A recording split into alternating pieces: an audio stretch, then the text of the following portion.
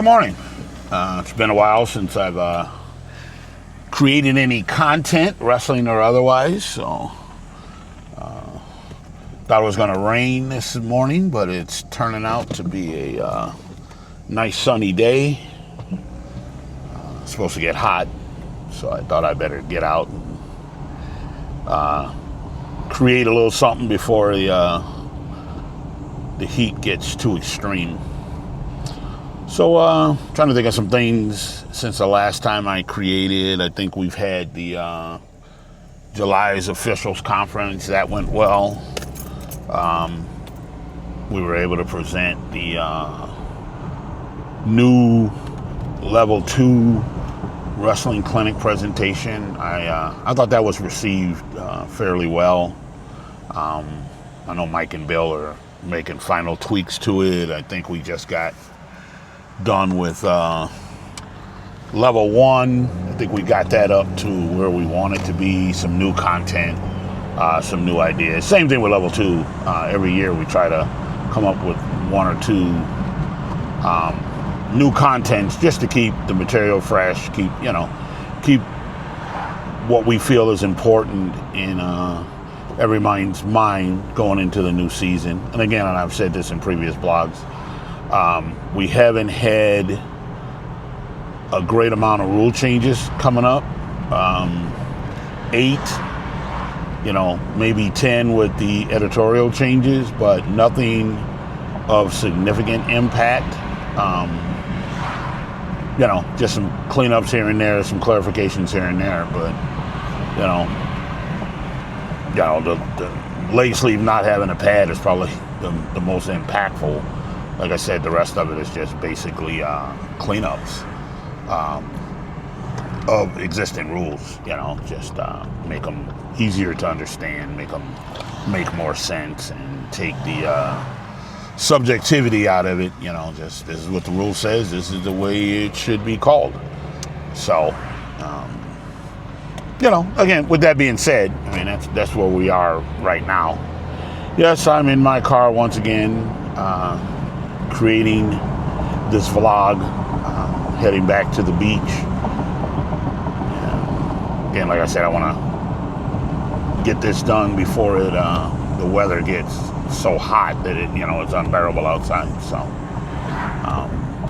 this should be interesting. So what else has happened? Like I said, we're working on the new clinic materials. We do have everything posted up on the IHSF website, all the upcoming clinics, and how you can sign up for those. Those are there. I think Nate Kessen's got, he's setting everything up on the IWCOA site for registration at some point.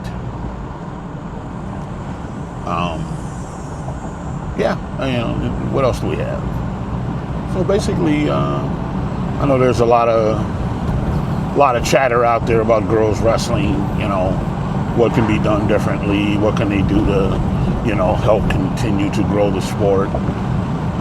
So we'll see how that goes. IWCOA, in partnership with some other people, looks like they may have solved the mat problem. And when I say mat problem, our state final mats were a little old, a little worn. They needed, they just needed to be replaced, and I think that looks like that's going to happen thanks to the IWCOA and a couple other partners that they have working on them with that project. So that should be something well received by the wrestling community next February, when everybody gets to see that layout. The state qualifiers, placers, award winners of 2006 will be the first ones to get out there on those new mats. So looking forward to that. And we'll see what else comes along. I know the Federation's going to release, hopefully around the October timeframe, a little video basically it was a what do you want to call it? It's kind of like of a level 2 type of video that we put together for. It's really for the beginning officials. Bill Honeycutt, Mike Kirkus, Derek Noble from Toss 'Em Up, Rob Porter from Naperville Central, and various wrestlers. Jim Vreeland from Ohio, Jack from Pennsylvania, who's going to be the new wrestling committee chairman. He's replaces me. My term is up. So, we all got together down in Naperville Central, thanks to Rob Porter. And we just put a basic video for officials together, covering signals, holds, starting positions, boundary lines, unnecessary roughness, unsportsmanlike conduct, misconduct, flagrant misconduct. Like I said, basic stuff to help the new official get a good understanding. Just another tool is basically what it is. It's just another tool to help them, learn, get an understanding, teach them how, this is what the rule says, this is how you should call it, things of that nature. So, I wish we had these tools 40 years ago. I mean, we had some good guys that were able to, get us where we needed to be. And they did a nice job of that, bringing us along. But, the guys of today, the officials of today, boy, we are really using that technology. We're really putting things out there, and we can reach a greater audience than the guys could back in the day. You had to be local somewhere. But I'm still here. They did a nice job. There's others that are still here with me. So we got to learn. We learned with the material they had to present us. They didn't have all this technology, but this is great that we do have it. And I have fun working with Mike and Bill and some others on the, just getting the information out there to you guys to help you, when there's something that other people have questions on, and we figure it out and we get that information out to the masses. It's always been it's been fun. It keeps us studying, looking. We never stop. I mean, at the end of the state tournaments, because we're not freestyle Greco referees by nature, we don't go into that arena. But that's okay, because we never give up folk style. I mean, we spend hours and hours and hours over the summer and spring getting the curriculum ready for the next season. So Mike and Bill, bless their hearts, I mean, they're looking at days, not just hours, days of video clips from the state floor to look for things that are educational for everybody. And, that's what makes up our You Make the Call video at the presentation. It also helps with some of the lessons that we want to teach, So, again, my hat goes off to those two guys, because that is a tedious task to comb through that much footage. And then this year they used a lot of the footage to make individual, clips, basically, for the 36 referees that were on the floor this year between the two tournaments. Gave them their clips, reviewed their clips with them. What did you like? What didn't you like?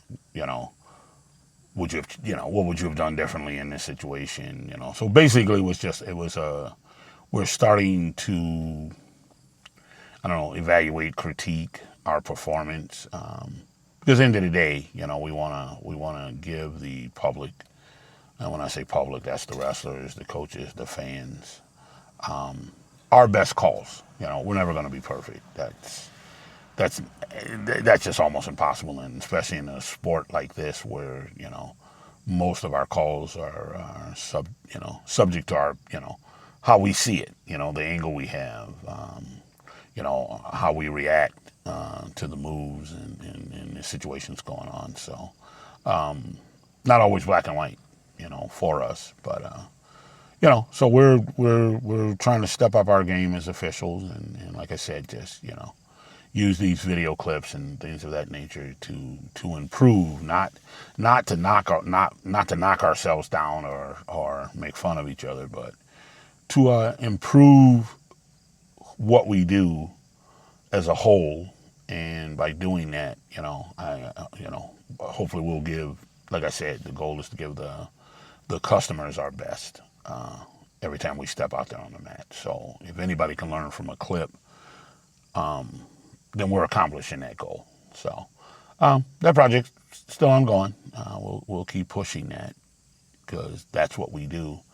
As our group of clinicians who have dedicated ourselves to making the sport better through our officiating.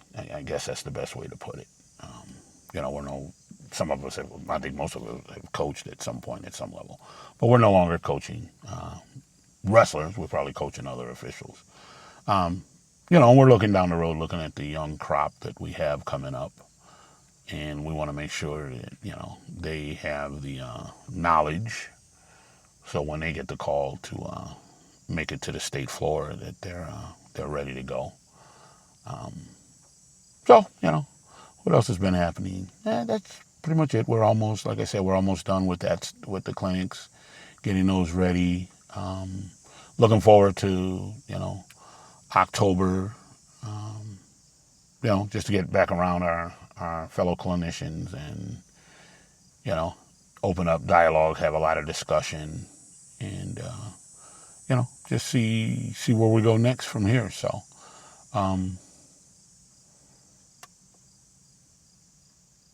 sorry, some guy just pulled up and, he's putting mosquito. I was like, why is he stripping off his shirt? He's put a mosquito repellent on his shirt. That's one thing I forgot to bring. I forgot I was going to get out here and take a walk in the woods. But clearly, I forgot my mosquito repellent. So I'll still maybe take this walk and just try to survive the bugs as much as possible, because normally I carry that, and here I'm looking at him like he was doing something strange, and he's got his deep woods off the good old green can. I mean, he is saturating that shirt. And I'm glad I'm sitting over here. He's got enough, he sprayed enough on that to kill mosquitoes for 20 yards around us, man. But hey, he's smarter than I am right now, so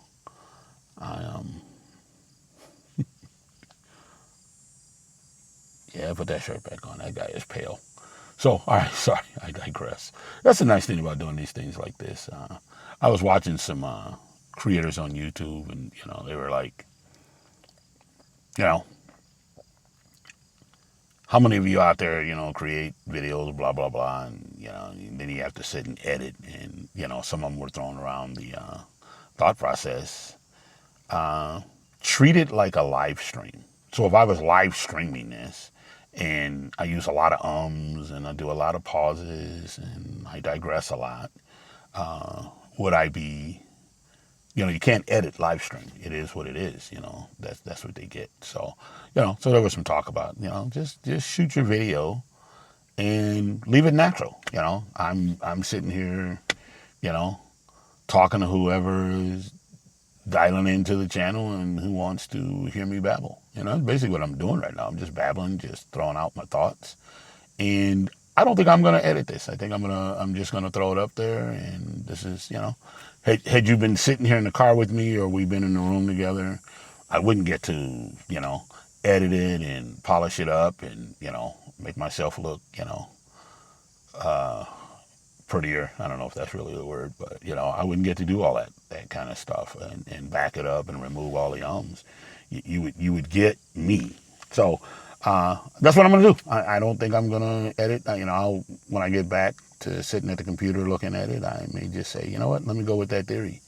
This is how I talk. I mean, if you were, like I said, if we were in a room together, you were sitting here with me, or we're hanging out and just talking wrestling. These are the thoughts that would come off my brain and out of my mouth, imperfect as they are. It's me being real. So we'll see how it goes. We'll see if I can keep up the posting on YouTube pace without the stress of having to edit something. And again, I've never put a lot of time in the edit. There's some guys out there that, will always out edit me. They'll get their colors and stuff cleaned up, and, they'll make it really, really pretty. That's just not me. That takes patience. I mean, and just like Bill and Mike sitting there looking at video. I mean, man, they do it. When I say my hat's off to them, I'm not the guy sitting there jumping into that project with them. I'll buy material, I'll buy equipment, I'll buy whatever we need to get the recordings done. But I am not the guy that sits there and does a lot of clippings. I should. I just, man, it's just, I don't have the patience for it. I'll always find some other excuse why not to sit there and for hours clipping something. So I'm very lucky. I have those two guys as partners that, man, they get it done. Like I said, you guys see just a fraction at the clinics of the stuff they put together, and now they're putting together, because we started that every other Sunday. Last year we'd get together, look at some clips, have some discussion, let people ask questions about calls that they may have had or seen, during the week, and they're putting material together to make that event useful for everybody. Those of you who haven't logged into that before, we meet every other Sunday. They were going to start November 30th. I may be a little bit off on my date, but I think we're going to start it November 30th, if that's a Sunday, and then it'll be every other Sunday. We meet exactly from 1 hour, 6 to 7.